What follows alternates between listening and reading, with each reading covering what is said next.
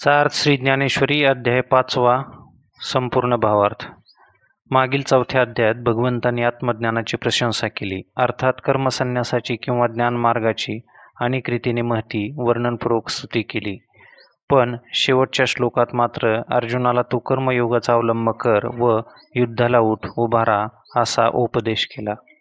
अशा प्रतिपादनामुळे अर्जुनाचे मन द्विधा होऊन त्याच्या मनात कर्मयोग व कर्मसन्यास या दोन मार्गापैकी कोणता मार्ग अधिक हितकर आहे याविषयी संभ्रम उत्पन्न झाला व अर्जुनाने देवास विचारले, हे देवा, उपर्युक्त उभय मार्गापैकी श्रेयस्कर मार्ग कोणता, की ज्या मार्गाचे अनुसरण केले असता मला मोक्षप्राप्ती होईल हे निश्चितपणाने सांगा. या अर्जुनाच्या प्रश्नातून विनंतीतून 5वा अध्याय निर्माण झाला आहे. या अध्यायात नैष्कर्म्य स्थितीच्या स्वरूपाची नितांतरम्य उदात्त उद्बोधक अशी चर्चा केली आहे. ती साधकाच्या पक्षी अत्यंत आवश्यक व उपयुक्त आहे. तसेच या अध्यायात सिद्धाची प्राप्त पुरुषाची अर्थात ब्रह्मात्मक साक्षात्कारी पुरुषाची जी लक्षणे सांगितली आहेत ती देखील साधकाच्या पक्षी अत्यंत उपयुक्त आहेत. कारण सिद्धांची जी लक्षणे असतात ती साधकाची साधने असतात. साधकांनी त्या प्रयत्नसाध्य साधनांचा अवलंब करून नैष्कर्म्य स्थिती संपादन करावी. भक्तराज अर्जुनाची विनंती ऐकून भगवंत मनात प्रसन्न झाले व मोठ्या उत्साहाने त्याच्या प्रश्नाचे उत्तर दिले. निष्काम कर्मयोग किंवा ज्ञानयोग तत्वतः हे दोन्ही मार्ग मोक्ष प्राप्त करून देणारे आहेत. तरी पण त्यातल्या त्यात उपयुक्त दोन्ही मार्गापैकी कर्मयोग हा कर्मसन्यासापेक्षा अधिक हितकर आहे असे भगवंत निसंदिग्धपणे सांगतात. याचा अर्थ ज्ञानयोग अगदी कमी दर्जाचा अनुपयोगी आहे असा मात्र नाही. हे सांगण्यासाठी भगवंताच्या म्हणण्यातील तात्पर्यविषयीभूत अर्थ ज्ञानेश्वर महाराज सांगतात. तो असा की सारासार विचार केला तर या जगात कर्मयोगाचेच अधिकारी आहेत व हा निष्काम कर्मयोग म्हणजे जाणते नेणते या सगळ्यांना आचरण्यास सुलभ आणि निश्चित फलदायी आहे. आणि कर्मसन्यास योगाचे अर्थात ज्ञान मार्गाचे अधिकारी म्हणजे साधन चतुष्टय संपन्न अंतरंग मुमुक्षु हे आहेत. त्यामुळे त्या ज्ञान मार्गाचे अधिकारी अर्थात ज्यांचा पूर्वाधिकार सिद्ध आहे व ज्यास संशय विपर्याचा मुळीही प्रतिबंध नाही असे अधिकारी खूप विरळच आहेत. म्हणून सर्वसामान्यांना निष्काम कर्मयोग हाच अधिकार दृष्टीने सुयोग्य व आचरण्याच्या दृष्टीने सर्व सुलभ आहे. याच एका वैशिष्ट्यामुळे निष्काम कर्मयोग श्रेयस्कर आहे असे भगवंत म्हणतात. ज्याच्या अंतःकरणात मी आणि माझे याचे स्मरणही राहिले नाही, म्हणजे ज्याचा अहम्माध्यास समूळ निवृत्त झाला आहे, तो व्यवहारात वावरत असल्यासारखा दिसला तरीही तो सदोदित कर्मसन्यासीच आहे. ज्याच्या मनाची विषयासक्ती रहित अशी स्थिती झाली आहे त्यास अनायासाने सुखप्राप्ती होते. किंबहुना अशा स्थितीत घरदार इत्यादिकांचा त्याग करण्याची मुळीही आवश्यकता नाही. कारण मन विषयासक्ती विवर्जित होणे, देहेंद्रियादी उपाधीकडून कर्मे होत असताना सुद्धा आपल्या अकर्तृत्वात अलिप्तत्वाच्या बोधात मुळी बिघाड होऊ न देणे हीच खरी नैष्कर्म्य स्थिती आहे. यावरून सर्वसामान्याच्या दृष्टीने नैष्कर्म्य स्थिती म्हणजे कर्मानुष्ठान टाकून काही एक न करता राहणे ही समजूत चुकीची आहे. विषय वासनारहित होतो तोच खरा संन्यासी आहे. ज्ञानयोगाचे व कर्मयोगाचे फल एकच आहे. ही गोष्ट या दोन्ही मार्गापैकी कोणत्याही एका मार्गाचे यथार्थत्व ज्याने अनुष्ठानपूर्वक नीट परिपूर्ण जाणून घेतले आहे त्यास सहज कळेल. आत्मानात्मविचार करणाऱ्या ज्ञानयोगी संख्यांना जे स्थान प्राप्त होते तेच स्थान तेच फल निष्काम कर्मानुष्ठान करणाऱ्या कर्मयोगासही क्रमाने प्राप्त होते. म्हणजे ज्ञानमार्गाचे व कर्ममार्गाचे शेवटी प्राप्यस्थान एकच आहे. निष्काम कर्मयोगाच्या हातवटीच्या मार्गाने मोक्षरूप पर्वतावर जो वाटचाल करतो चढतो तो परमानंद रूपी शिखर त्वरेने तात्काळ गाठतो. या मार्गाची उपेक्षा करून जो निष्काम कर्मयोगाचे यथायोग्य अनुष्ठान करीत नाही पण निष्कारणच अधिकार विचार न करता कर्मसन्यासाच्या छंदात पडतो त्याला मात्र संन्यास फलाची किंवा कोणत्याच फलाची प्राप्ती होत नाही. त्याच्या ठिकाणी बुद्धीपासून तो थेट स्थूल देहापर्यंत कोठेही अहंकार तादात्म्य भ्रांती नसल्यामुळे कर्मानुष्ठान करतानाही त्यापासून अलिप्त व शुद्धच असतो. अर्जुना, कर्तेपणाचा अहंकार टाकून केले जाणारे जे कर्म तेच खरे नैष्कर्म्य होय. केवळ श्री सद्गुरूंकडून कळणारी ही मार्मिक गोष्ट ते प्राप्त पुरुष जाणतात. श्री ज्ञानेश्वर महाराज म्हणतात, शब्दातीत शब्द मर्यादेपलीकडील स्थितीचे वर्णन करतेवेळी शांत रसाचे भरते आल्यामुळे ते मर्यादा सोडून उचंबळत आहेत. आता श्रीकृष्ण अर्जुनाला प्राप्त पुरुषाचे लक्षण सांगतात. ते असे, या ज्ञान योग संपन्न पुरुषास फलाभिलाष मुळेही नसल्यामुळे शांती घरात घुसून वावरते. तो जिकडे पाहतो तिकडे सुखमय सृष्टी होते. तो सांगेल तेथे महाबोध राहतो. असा तो पुरुष देहात असूनही देह तादात्म्य रहित असल्यामुळे व कर्मफलाविषयी उदास असल्यामुळे कर्मे करीत असला तरी तो तत्वतः अकर्ता असतो. हा पुरुष बोधदृष्ट्या ईश्वराप्रमाणे असतो. सर्वेश्वर हा तत्वतः अकर्ताच असतो. तो अखिल विशाल विश्वातील प्राणिमात्रांच्या ठायी व्यापक असूनही तो कोणाविषयी आसक्त न होता उदास राहतो. किंबहुना त्याच्या अकर्तेपणाला यत्किंचितही बाध न येता जगत उत्पन्न होते व लयास जाते तरीही त्याला दाद नसते. तो स्वरूपे करून असंग असल्यामुळे सगुण अवतार धारण करून जगात वावरतो. तरीही त्याच्या परमार्थिक अशा निर्विशेष स्वरूपात यत्किंचितही न्यूनाधिकता होत नाही. तरी पण सामान्य लोकाज्ञानामुळे ईश्वराच्या ठिकाणी जगदाधिकांच्या कर्तृत्वाचा उगाच आरोप करतात. परमार्थता मात्र ईश्वर अकर्ताच असतो. जेव्हा संपूर्ण अज्ञान नाहीसे होते तेव्हा भेदभ्रांतीरूप काजळी दूर होते व मग जसा ईश्वर अकर्ता नित्यमुक्त आहे तसाच मीही अकर्ता असंसारी नित्यमुक्त आहे असे ज्यास आत्मतत्वाने अपरोक्ष ज्ञान होते तेव्हा पूर्वीपासूनच स्वभावतः तो व मी एकच आहोत असे त्यास ज्ञात होते. अर्थात ज्याच्या चित्तात अशा विचारांचा उदय होतो त्याला त्रैलोक्यात भेदप्रतीती येईल कशी? तो आपल्या स्वतःच्या दृष्टीने सारे जगच मुक्त आहे असे पाहतो. ज्याप्रमाणे पूर्व दिशेच्या मंदिरात सूर्योदय होताच दिवाळीच्या सणाची सुरुवात होते तरी पण त्याच वेळी इतर दिशांचाही काळोख नाहीसा होतो.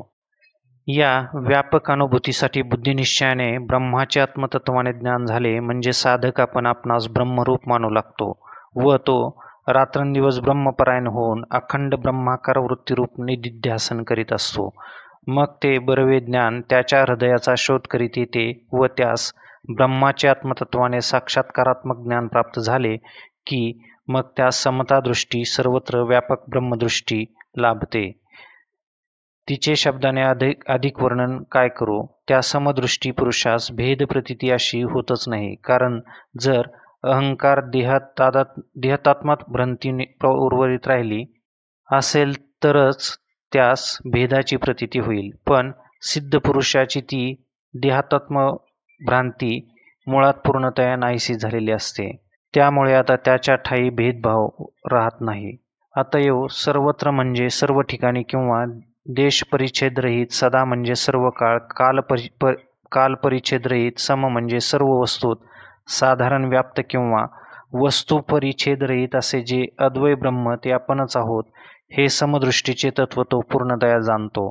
असा बोधवान असूनही ज्याची वागणूक अलौकिक नसते तर तो लौकिकात लोकांना अनुसरून लोकांप्रमाणेच व्यवहार करतो.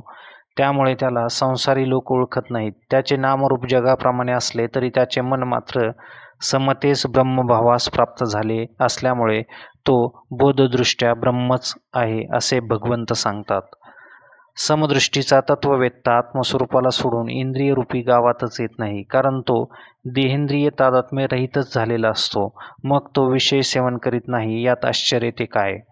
अपार अनंत अपरिमित निरतिशय स्वाभाविक भोगनिरपेक्ष आत्मसुखाचा विपुलतेतच मन स्थिर झाल्यामुळे जो बाहेर पाऊलही टाकीत नाही अर्थात बाह्य विषयाकडे प्रवृत्तच होत नाही, जो चकोर कुमुद दळावर असलेल्या शुद्ध चंद्रकिरणांचे सेवन करतो तो चकोर पक्षी वाळवंटातील वाळूचे कण चाटीत बसेल काय? तर मुळीच नाही. त्याचप्रमाणे ज्यास स्वतःच्या अंतरीत सर्वोत्कृष्ट नित्यनिरतिशय आत्मसुख प्राप्त झाले त्याची विषय वासना सहजच सुटली हे काय निराळे सांगण्याची गरज नाही. एरवी ज्यास अधिष्ठानभूत अनंत आत्मसुखाची मुळीच जाणीव नाही अशा भ्रांतासच विषयात सुख आहे असे वाटते व त्याची सुखप्राप्तीसाठी विषयाकडे प्रवृत्ती होते. कारण अनुकूल विषयापासून क्षणमात्र सुख आहे असे दिसते तरी पण ती प्रवृत्ती परिणामी निरर्थकच ठरते. कारण जीवांना नित्य निरतिशय सुख हवे आहे असे ते विषय सुख नाही. शिवाय मृगजळाला जल म्हणण्याप्रमाणे विषयात सुख आहे म्हणणे व्यर्थ आहे. विषयात केवळ सुखाभास आहे. त्या विषयाचे ज्यास परिणामी दुःखद स्वरूप माहीत नसते त्यास अगतिकत्वाने विषयाचे सेवन करावे लागते. तर मग मूर्खांनी विषय सुख सेवन न करावे तर मग काय करावे? आत्मसुखाचे ज्ञानच नसल्यामुळे विषय सुख सेवन करणे भाग पडते. कारण सुखाची इच्छा तर सर्व जीवमात्रांचा स्वाभाविकच आहे ना. पण ज्ञानी पुरुषांना विषयात तत्वता सुख नसून केवळ सुखाभास आहे हे वास्तविक आत्माच सुखरूप असे ज्ञात असल्यामुळे ते विषयात मुळीही रममाण होत नाहीत.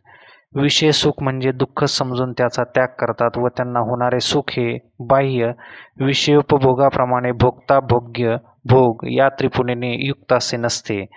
त्रिपुटीरहित व भोगनिरपेक्ष नित्य असे सुख असते. म्हणूनच निष्पृह पुरुषास विषयांनी दाखविलेले दुःखरूप सुख किंवा सुखाभास आवडत नाही.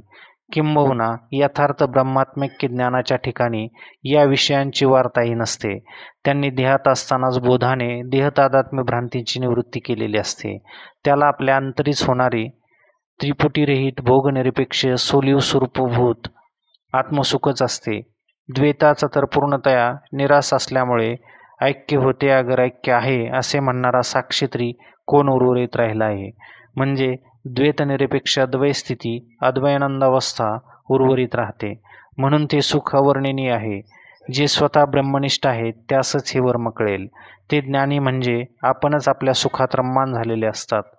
किंबहुना ते पूर्णपणे सामरस्याचे ओतीव पुतळेच होत असे मी समजतो, असे श्री ज्ञानेश्वर महाराज म्हणतात. श्री भगवंत म्हणतात, अर्जुना, अपार सुखाच्या डोहात ते ज्ञानी एकदम तळाशी जाऊन तेथे स्थिर होऊन तद्रूपतेसच प्राप्त झाले व त्यास ब्रह्माचे आत्मतत्वाने अपरोक्ष ज्ञान झाल्यामुळे ब्रह्माच्या ठिकाणी अध्यस्त असणारे अखिल विश्वात सामान्य रूपाने आपणच आहोत असे ते जाणतात. म्हणूनच ते देहातच परब्रह्म आहेत असे खुशाल मानता येईल. या अक्षय परम असीम ब्रह्मस्थितीचे वैराग्यवान विषय वासनारहित निष्काम अंतरंग पुरुष हेच अधिकारी असतात. आत्मज्ञानांचे अंतिम साध्य जे मोक्षरूप ब्रह्मरूप परब्रह्म तेच पुरुष देहात असतानाही आहेत असे समज. त्यांनी आरंभी दृढतर वैराग्याच्या साह्याने चित्तातील विषय वासनांचा पूर्णपणे त्याग करून यम नियम प्राणायाम या साधनानुष्ठानाद्वारा मनोवृत्ती अंतर्मुख एकाग्र स्थिर करून मनाचा लय केला. किंबहुना ज्ञानप्राप्तीनंतर ज्याच्यावर संसाररूपी चित्र उमटते तो मनोरूपी पटच फाटून जातो. मग अहंकार व देहतादात्म्य भ्रांती आपोआपच निवृत्त होते व ब्रह्मानुभवी मनुष्य देहधारी असतानाच ब्रह्मरूप होतो. जे शरीरातच ब्रह्मभावास प्राप्त होतात असे मग सांगितले होते, असे मागे सांगितले होते ते याच मार्गाने की प्रथम साधक यमनियम अभ्यासाच्या साह्याने स्वतः शुद्ध निरुपाधिक झाले व प्रपंच आजमावला, प्रपंचाविषयी दृढ मिथ्यात्व निश्चय केला, अर्थात ते साधक चित्तशुद्धी व ज्ञानप्राप्तीद्वारा ब्रह्मस्थितीस प्राप्त झाले. या प्रकारे भगवंतांनी योगमार्गाचा दंश अभिप्राय थोडक्यात सांगितला. तेव्हा अर्जुन मर्मज्ञ असल्यामुळे आश्चर्यचकित झाला, चमकला. हे पाहून श्रीकृष्ण हसून अर्जुनाला म्हणाले, माझ्या या बोलण्याचे तुझे चित्त प्रसन्न झाले आहे का? या बोलण्याने तुझे चित्त प्रसन्न झाले आहे का? यावर अर्जुन अत्यंत विनम्र भावनापूर्वक म्हणाला, देवा, आपण माझ्या चित्तातील अभिप्राय जाणून मी जे आपणास विचारणार ते विचारण्याच्या आधीच जाणले. आपण सांगितलेला हा योगमार्ग पाय उतारासारखा ज्ञानमार्गापेक्षा सोपा वाटतो व हाच मार्ग आमच्यासारख्या दुर्बलांना समजण्यास सोपा, आचरण्यास बरा उपयुक्त आहे. या मार्गाने प्राप्यस्थानाप्रत पोहोचण्यास काही विलंब लागेल खरा, पण मग तो सहन करता येईल. म्हणून देवा, हाच मार्ग पुन्हा चांगला विशद करून सांगा. असा अर्जुनाचा विनम्र भाव योग श्रवणाविषयीची उत्कंठा पाहून व अर्जुन नुसता ऐकणारा नसून त्यानुसार अनुष्ठान करणारा आहे असे देव म्हणाले. अर्जुना, तो ऐकणार असशील तर ते व तदनुसार आचरण अनुष्ठान करणार असेल तर मग मी तुला सांगण्याची कमतरता का करावी? तर मी अवश्य आनंदाने सांगेन. श्री ज्ञानेश्वर महाराजांनी देव व अर्जुन यांच्यातील प्रेमाचे हृदयगम्य चित्ताकर्षक वर्णन केले आहे. आता योग म्हणजे काय, अर्थात योगाचे स्वरूप काय, त्याचा उपयोग काय आणि त्याचा अधिकारी कोण इत्यादी विषयांचे वर्णन देव अतिविशद विशदरूपे करून पुढील अध्यायात अर्जुन सांगणार आहेत. तोच विषय मीही पुढील अध्यायात सांगेन, असे श्री निवृत्तीदास ज्ञानदेव म्हणतात.